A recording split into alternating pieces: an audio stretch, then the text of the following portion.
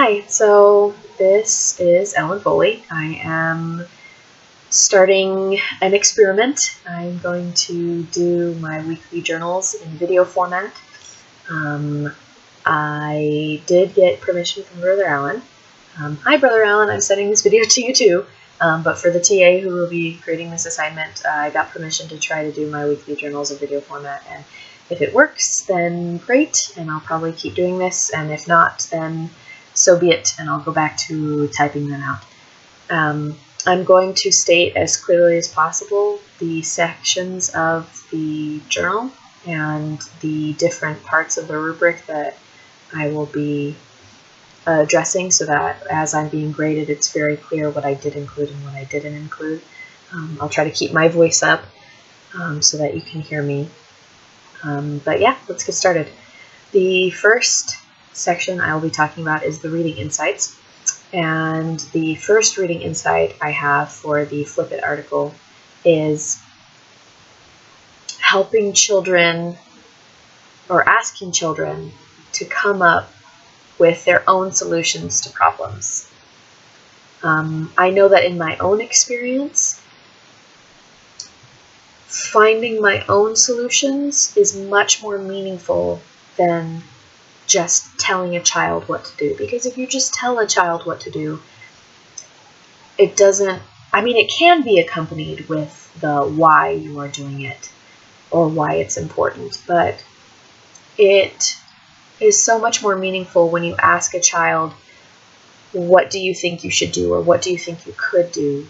Because then they're thinking, and then the solution is their own. It's not someone just telling them to do something, because that happens quite often in their lives.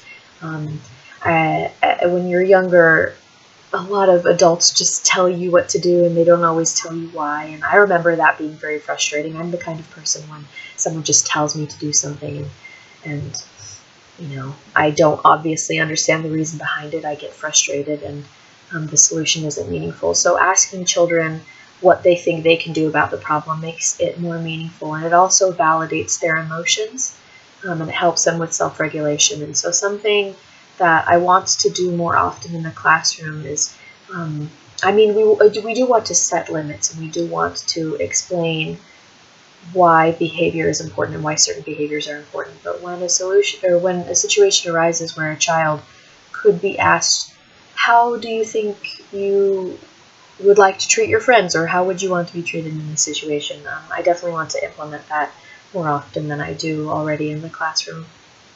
The second insight that I have from the flip reading is helping children to identify the emotions behind their outbursts, I guess. Identify the emotions behind these incidences. I'm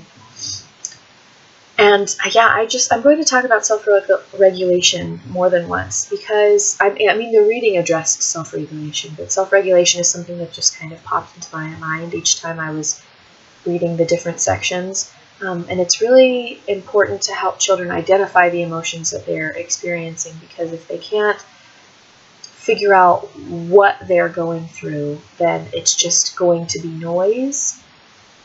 I know that in my own life, I've got a habit, or I've developed a habit where if something intense happens within me, I stop and I breathe and I try to figure out what's going on and the reason why it's going on. And then I can transition into a much more productive state. And this is me having developed self-regulation, and helping children understand what they're experiencing and the reason behind what they're experiencing helps them to self-regulate, but it also helps them. It's the beginning of empathy, because if you figure out what you're experiencing and why you are experiencing it, that's a subset of recognizing what other people are experiencing and why they are experiencing it. And it's important to help children develop that identification, and also helping them to develop empathy, because empathy creates stronger and better relationships, and it creates a better, healthier atmosphere in the classroom. So something that I've already been doing in lab is if a child is frustrated or sad because of something that another child did, I ask them, how are you feeling right now? Or if one child upsets another child, I ask both children, how are you feeling right now? And that's just the beginning stages of identifying the emotions. But I think I want to emphasize maybe a little bit further why they're feeling that way, at least suggesting maybe why they might be feeling that way, or asking specifically why they think they might be feeling that way. And I think that would be very productive. The third insight that I have is the importance of validating children's emotions. I know that we talk all the time in class about how children really need to feel important and feel validated, and how their emotions, or maybe their experiences to us, seem very small, but to them it is very large. And the children aren't going to trust us or respect us, and they're not going to want to open up to us if we don't validate their emotions, if we don't say, hey, you're feeling this way, and I understand that you're feeling this way, and that's very sad, or that's hard, and I understand that. And it's very powerful when someone validates your emotions. And so it's important for the children to feel that they are understood, so that we can create that greater bond, and so that they do feel important. That's a part of their journey of self-confidence and self-efficacy. And so, yeah, validating emotions is essential when you're in the preschool classroom, or not just when you're in the preschool classroom. Validating emotions is important when you're talking to anybody.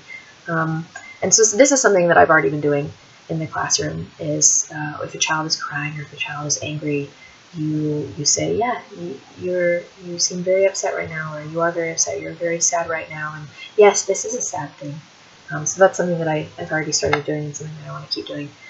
The fourth insight, how am I to state this? I don't just want to call it self-regulation, but I guess that's basically what it is teaching children how to self-regulate in the context of a loving and respectful relationship.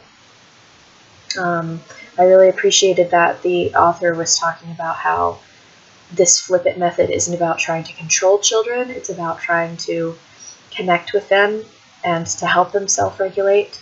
And I can see how this method might be used to manipulate people, and that is kind of scary to me.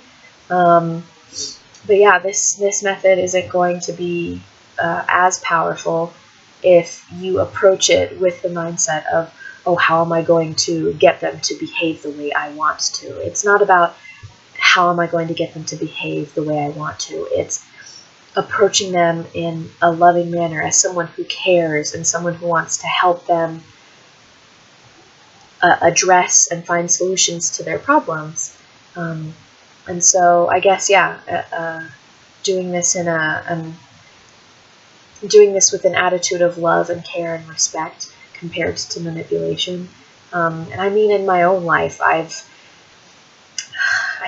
don't like it when people try to make me do something because that's what they want to do. I know that I've felt annoyed, and children can probably tell when adults are trying to, or maybe they can't, I don't know. It's been a long time since I've been a child. I don't know if they can tell when someone is just trying to get them to behave the way they want to, probably in the tone of voice. So I think positivity is probably really important. And that's something that I can try to do when I'm in the classroom, is because sometimes when I am helping children, my voice isn't as positive. Sometimes my voice is a little bit more stern. Maybe I sound a little bit more terse, and so that's something that I can work on, is speaking more positively and speaking more gently. Because sometimes when I'm addressing or trying to help children address these problems, my voice is kind of serious, and the problem is serious, but I think it would be helpful, and I think the children would be more receptive if I were to speak in a more positive tone of voice. So that's something that I can work on. And then the last insight is kind of, I don't know, it's just it was the three words together. It was talking about attachment, initiative, and self-regulation. And those three words just made me think of different experiences that I've had in my classes, or different things that I've learned in my classes. We learned about attachment with the different types of attachment, at least when it comes to infants and toddlers. And I guess preschools, we talked about the different levels of attachment in class. We've talked about, with initiative, that reminds me of that Erikson and his different levels. And initiative makes me think of autonomy versus self-doubt. So if children have lots of opportunities to have autonomy and to make choices, they feel that they can have more initiative. And then self-regulation. In Child 310, we talked about different core concepts of human development. And the third one is the growth of self-regulation is a cornerstone of early childhood development that cuts across all domains. And so I guess my insight is just these all connect. All of these readings, all the things that we're learning, it's not just one class or the other. It's all of these classes, and it's all of the information that we've been learning, and it's being gathered, and it's to help us in our future. And I guess it's important to remember what I've already learned, and it's important to recognize where it's come from and to make those connections so that what I've learned becomes more refined, and it becomes more important to me, I guess. And then I'm better able to apply it because I have a greater understanding, because I'm able to make more connections and kind of build my schema. So that's that. Okay, the next section is the implementation of learning. So I didn't have a journal from this last week, but my goals from the week before that were to have the children's goals memorized and to pray about how I can help individual children and then write down my impressions. With the goals, I still don't have them all memorized, and that's a little frustrating. And I haven't, and again, I've had a hard time. I do pray to think about how I can help children individually, but I have a real problem writing down. Like, my biggest problem is actually writing things down. I have a hard time with that, which is another reason why I started to do a video journal. So maybe I can alter that goal and maybe change it to making voice recordings or making a short video recording. Probably the voice recordings, that would be a lot easier. And then maybe transcribing the voice recordings so that it's me talking and trying to get my words and my thoughts out, and then transcribing the voice recording, that would probably be help. I think the struggles that I've had maybe implementing my goals, I already talked about the second one, but with the first one, I think this week I haven't really sat down and intentionally tried to memorize goals, at least for the children that I haven't done that for yet. But that's something that I could try to do this week. Maybe hold myself accountable. Maybe, maybe in between classes. So like maybe this Thursday between 2 and 3. Well, maybe not between, I don't need an hour, but maybe 20, 15 minutes starting at 2 o'clock, I'll sit down and I'll have the goals in front of me and I'll try to intentionally memorize those. I'm always going to carry over the second goal, the praying and praying to help individual children, and then recording down, recording the thoughts and impressions that I have, because it's not going to be helpful if I don't write things down, and it's not going to stay with me if I don't write it down. I think my goal for this week, I really want to focus on asking children what they think they can do. I think that would be really powerful. If a child is struggling with a certain behavior, I think I want to ask them what they think they can do to help solve the problem. So that's what I'm going to work on this week, is recording insights and impressions that I have about helping individual children, and then asking the children to take that initiative and to come up with solutions to problems. So those will be my 2 goals for this week. Okay, the last section is called support teacher. I was a support teacher this week. What assignments did I do? I did name tags once, I think, and then I did hand washing. It was only 2 days this week, so I think those were the only 2 things that I did. I helped with name tags, and then I helped with hand washing.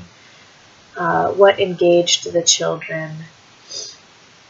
The children really like the water play. They really, really do. They like that cause and effect. I've seen that a lot in the children that are in this lab, that they like to make things happen, and sometimes their play is not as meaningful, you know. They'll knock things off tables, or they'll throw things in the air, and that is cause and effect, but you know, the things that maybe we don't want them to throw in the air, or just knocking things on the table, that's not really playing with it in a meaningful way. So the cause and effect, I think, is the thing that engages them the most. What did I do as a teacher to keep them engaged in learning? Talking with them, self-talk, parallel talk, that definitely keeps them engaged. I remember on Wednesday I was doing parallel talk with one of the children. She was looking at a honeycomb, and I was talking about what the honeycomb looked like and how it felt like, and as I was describing the different things, she would reach out and she would touch it, and then she would make faces, you know. And so I think, yeah, children really do love when you talk about things, and as I was talking about, oh, the honeycomb, it feels sticky or it feels rough, she would feel it with her fingers. And so I think, yeah, talking really engages them, and it helps them to learn what did not go well and why. So I think it's just the sensory table. Every time I feel like there's something that happens with the sensory table. On Wednesday, the sensory balls, the children liked to take them out and to throw them or to toss them, or they were, yeah, it was a bit of a mess. And then on Friday, we had the same sensory balls, but there wasn't nearly as many problems. Essentially, there weren't any problems. The children were trying to put the sensory balls in their pockets. They weren't trying to throw them or toss them. And I think the difference was there was a little bit less water, and there were a little bit fewer sensory balls on Friday than there was on Wednesday. And I think also there were fewer children. At one point, there were maybe 5 or 6 children who were at the sensory table at the same time.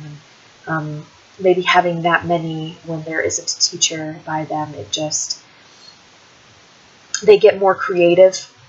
So I think it definitely helped but I think the main thing was having less water and having fewer sensory balls, and maybe having bigger containers as well, because then they were scooping.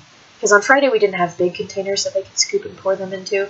It was they were smaller, and so I think having those larger containers where they could scoop and pour them into that large container and then see that, that was definitely helpful. What would I do differently if I could do it again?